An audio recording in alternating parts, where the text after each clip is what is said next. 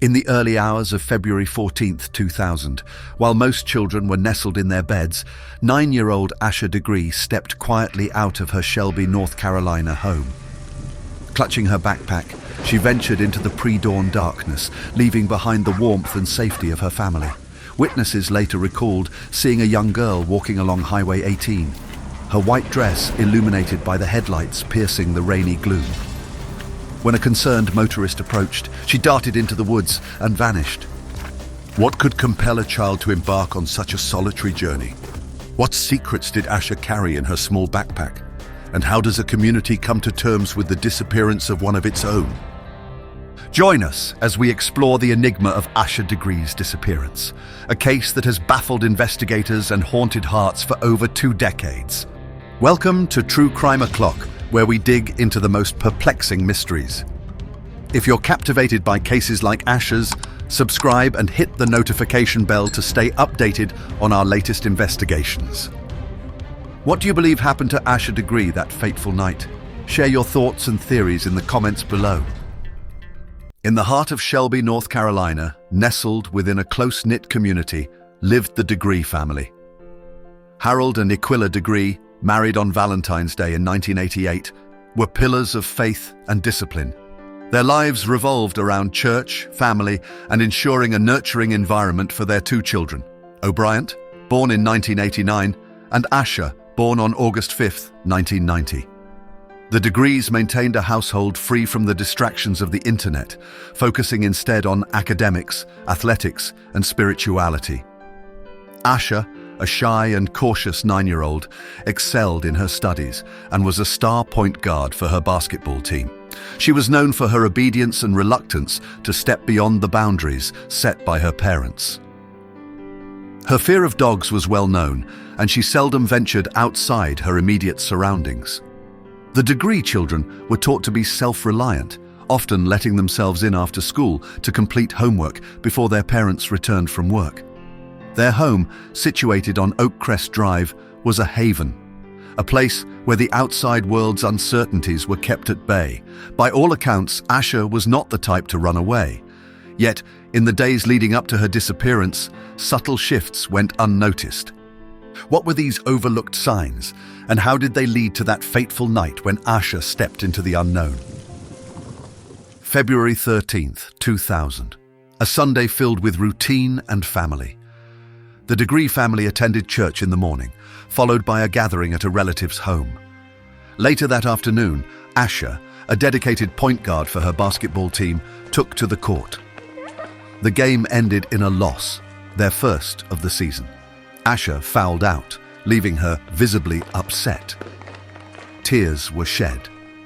However, by the time her brother's game commenced, she seemed to have regained her composure.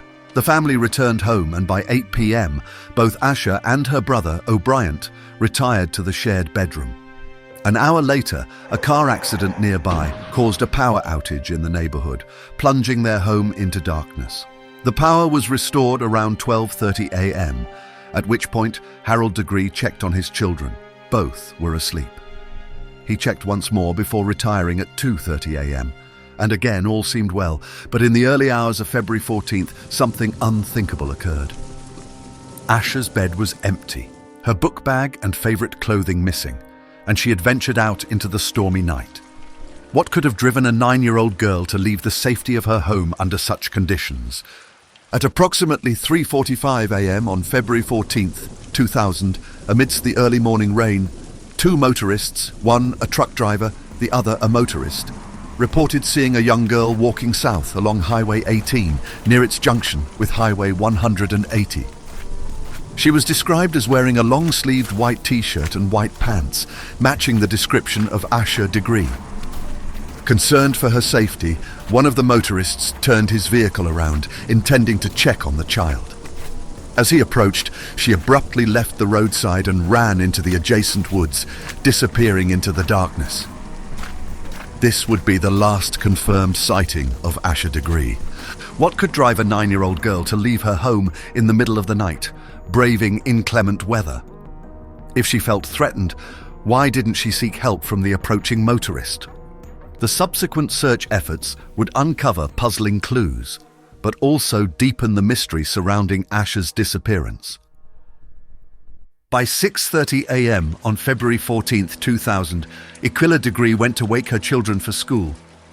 To her horror, Asha's bed was empty. Panic set in as the family searched their home and immediate surroundings, but there was no trace of the 9-year-old. The Cleveland County Sheriff's Office was promptly notified and a massive search operation ensued. Despite extensive efforts, no immediate clues surfaced. The following day, February 15th, searchers discovered candy wrappers, a pencil, a green marker, and a yellow hair bow in a shed near the highway where Asha was last seen. These items were identified as belonging to her. Strangely, they appeared deliberately placed, not merely dropped. Additionally, a photograph of an unidentified black girl around Asha's age was found among the items. This discovery deepened the mystery, raising unsettling questions. Did Asha leave these items as a trail, or was someone else involved, possibly attempting to mislead investigators? What significance does the photograph hold? We invite you to share your thoughts and theories in the comments below. As days turned into weeks, the trail grew colder, until over a year later, a shocking discovery reignited the investigation. In August 2001, 18 months after Asha Degree's disappearance, a construction crew was working off Highway 18 in Burke County, approximately 26 miles north of Shelby. As an excavator dug into the soil, it unearthed a black plastic bag. Inside, another bag. And within that, Asha's book bag. The bag contained items that deepened the mystery. A Dr. Seuss book titled McElligot's Pool from her school library, a new Kids on the Block concert t-shirt that didn't belong to her, and clothes unfamiliar to her family. The discovery raised unsettling questions. Why was her book bag double-wrapped and buried so far from home? Who placed it there? Theories began to circulate. Had Asha been communicating with someone unknown?